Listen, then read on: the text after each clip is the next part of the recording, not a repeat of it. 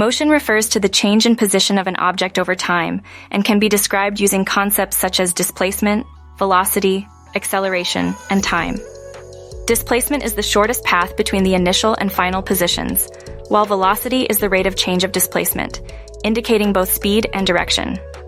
Acceleration is the rate of change of velocity, which can be caused by forces acting on the object, as described by Newton's laws of motion. The first law states that an object will remain at rest or move at a constant velocity unless acted upon by a net external force.